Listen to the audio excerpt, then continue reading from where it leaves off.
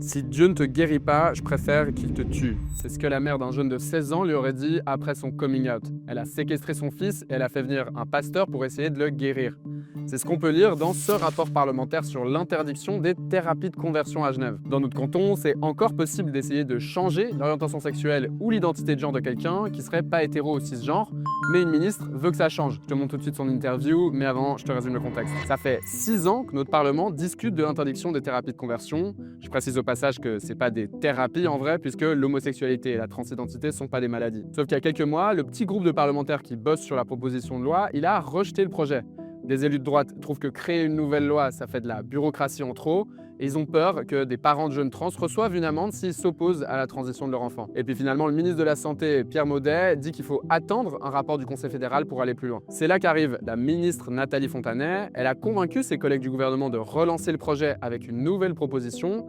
L'interdiction serait intégrée à une loi qui existe déjà, la loi de genre. J'ai demandé à Nathalie Fontanet pourquoi elle a décidé d'agir personnellement. Regarde. D'abord parce que j'estime que nous devons lutter contre ces thérapies de conversion, qu'elles existent, contrairement à ce que disent certains députés qui prétendent qu'elles n'existent pas. Et puis qu'ensuite, j'ai tenu à avoir dans mon département le bureau de promotion d'égalité et de prévention des violences. Moi, j'y suis extrêmement sensible et je ne souhaitais pas attendre parce que si on attend un rapport fédéral, ça peut encore prendre des années et je souhaitais surtout qu'on garde ce rôle de pionnier. Le canton de Genève, c'est aussi le canton des droits humains et j'estime que chacun doit pouvoir être celui qu'il souhaite être, celui qu'il se sent être. Est-ce que vous avez changé le fond de la loi ou c'est vraiment juste finalement l'enveloppe, le fait que maintenant elle va être intégrée à la loi de genre?